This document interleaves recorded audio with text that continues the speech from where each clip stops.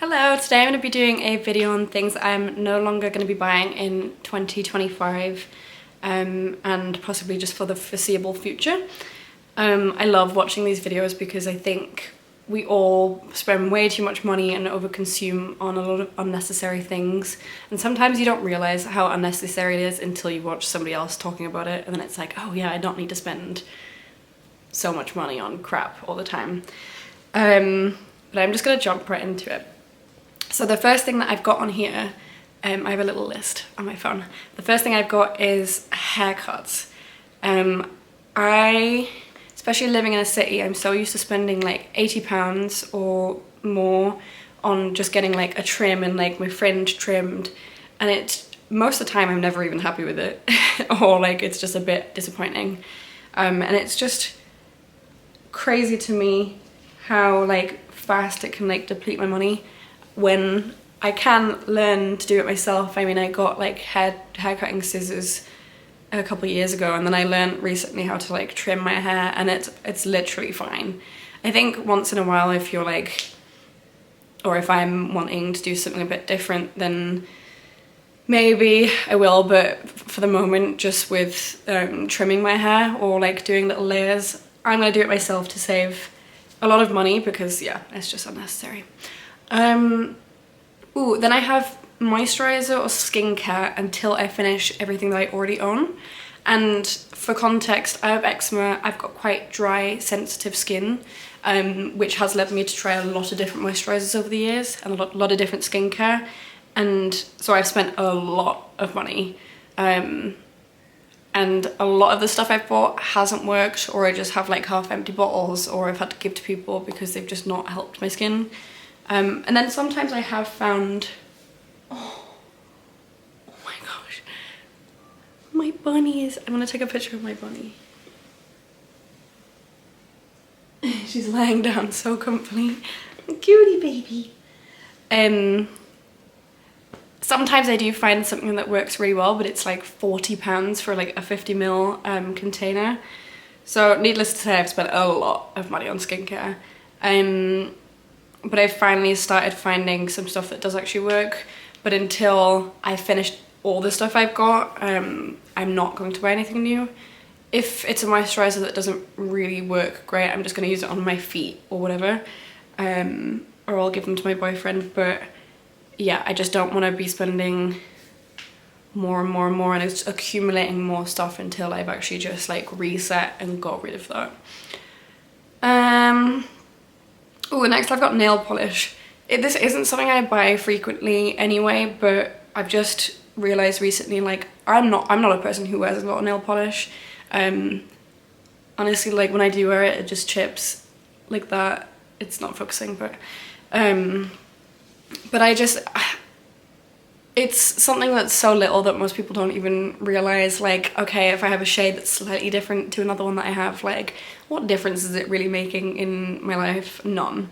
So yeah, I'm not buying any more nail polish until I finish all of them, and say if I do find that I want another one at some point after they're all done, sure, I'll get one, but it just makes zero difference in my life. I mean, some people really do enjoy painting their nails, and I think that's fair, but like, I've had probably the same 5 bottles since I was like 17, so yeah. Oh, and then I've got vinyl records. I used to buy them more often, and recently I went into a DMV and I almost bought like a few records for like £60, I think it was, for 3. And then I was stood there and I was like, realistically, although they look cool and you know, it's nice being able to use my record player, I'm not gaining anything that I don't already have. Like, I already have Spotify where I can listen to any song I want to in the world. So yeah, sure, it's nice to have those, but when I'm on a budget anyway, or I don't have endless amounts of money, this is like very low on the priority list. It's just like, it's a nice thing, but like really unnecessary. So I'm not getting any more vinyls, because like, realistically as well, I don't listen to them much at all. I really don't put my record player on much. I should use it more, but it's just something that I find like effort, like putting it on and like sorting it all out, connecting it to my speaker, whereas I just use Spotify 90% of the time 99% of the time really.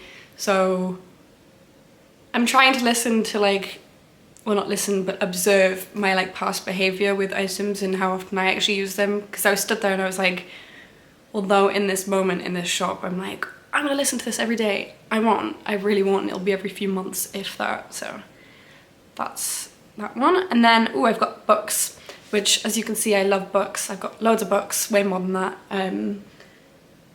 But I'm not buying any more books until I have read all of them, which is a lot. That will take me more than just 2025. I've got a lot of books.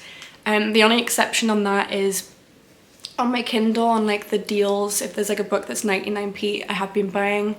If it's a book that I have been wanting to read, not just like buying any book that's on there, but if it's something in the past I was going to spend full price on and then it goes to 99p, I'm allowing myself to get that, but that's not often at all.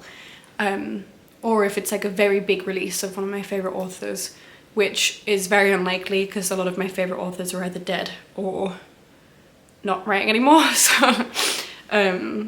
So yeah, that's a big one for me, and probably what a lot of people need to try and implement, because I think I see a lot of overconsumption and like just mass consumerism in the book space at the moment. It's very easy to spend a lot and buy a lot and amass a lot of books without actually taking the time to read them. So yeah, that's a big one for me. Oh, this one's kind of random, but bedding, like duvet sets and like sheets and stuff. I have like 5 different sets. Yeah, every time I go to like Sainsbury's or to the shops or whatever, I see a nice set of bedding and I'm like, oh, this will change my whole flat, it'll change my whole outlook on life, I'll sleep so much better, like it'll look so much nicer in my room. And then I'm like, okay, again, do I need to spend 20, 30, 40 pounds on something that's not going to change my life or make much difference at all? It's something that like my partner Luke will just sort of be like, we don't need another one. And I'm like, yeah, but if we get this, then... And like I'm just realizing recently that no, I don't need it. Same as the skincare. For makeup, I'm not buying any more makeup until I finish what I have. I'm not somebody who wears a lot of makeup. I've only started wearing it again recently. I have like one eyeshadow palette. When I was younger I had like 20 eyeshadow palettes, but I gave them to people. Again, like my skin gets quite sensitive, so like I tend not to wear too much. Recently I'm getting back into it and I'm enjoying just doing the same makeup every day. I think I have like 3 blushes and then just one of everything else, apart from lipsticks. But so yeah, I've got like plenty of option. I'm not somebody who needs that much or like cares too much about having like lots of different makeup. So yeah, until I finish like my blush and my lipsticks and stuff like that, I won't be buying any more new ones. And then for the last 2, so I've got unnecessarily expensive items, which is something that I used to struggle with a lot. Just day-to-day items, I'd always kind of get like the more expensive or like aesthetic version of it. Even like silly things like a toothbrush, instead of just getting the £1 toothbrush that I could get, I'd spent like £5, which doesn't seem massive, but like in the long run it does amount to a lot of money.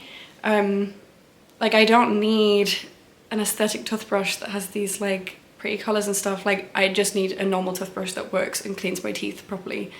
Same as like kitchenware. I mean, sometimes spending a little bit more money, like I have Ninja pans and I find that they last so much better than just like a crappy non-stick pan from TK Maxx.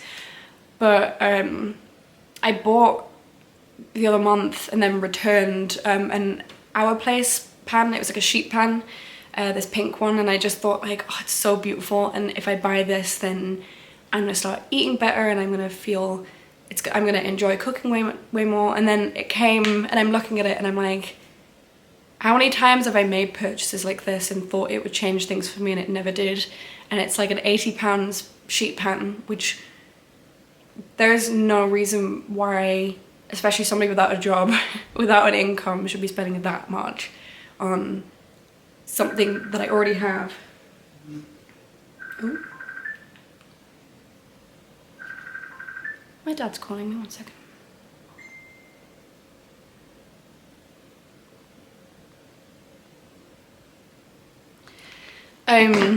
On something that I already have and it already does its job, and just because it's not pink or like super aesthetic, that I don't need more of that thing.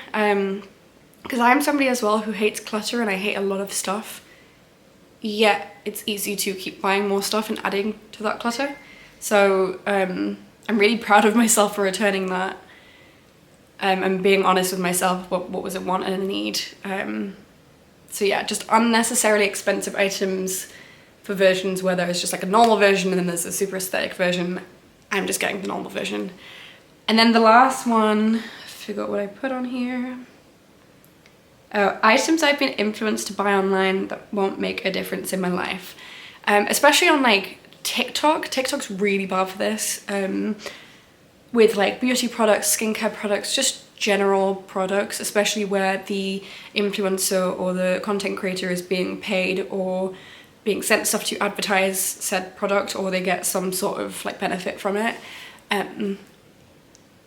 It's just, I find this with, like I said, makeup a lot, where it'll be like, you have to try this makeup product, and you're watching the video and this woman looks so beautiful with her like gorgeous red blush, and you're like, oh, if I buy that then I'll look like that, or I'll feel content, or I'll feel whole.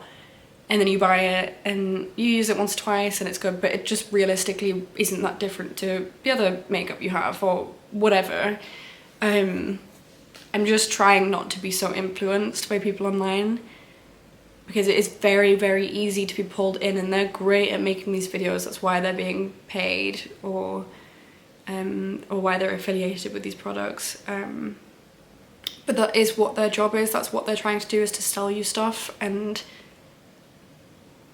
I think it's a very good skill to have as an individual, to not be so vulnerable to that and not be so like swayed so easily by people online. So yeah, that's the last thing that I'm trying to do, is just kind of not believe everything I see, and not believe that every new skincare product that's being advertised on TikTok is going to cure my eczema or make my skin glow, because realistically it probably won't. That's not to say that there's not some good products or some people advertising good stuff online, but the majority of it is just crap. And yeah, that's just the truth. So those are some things that I'm not going to be buying in 2025. I'm going to try my best to stick to those things. I might slip up with a couple, I'm not sure.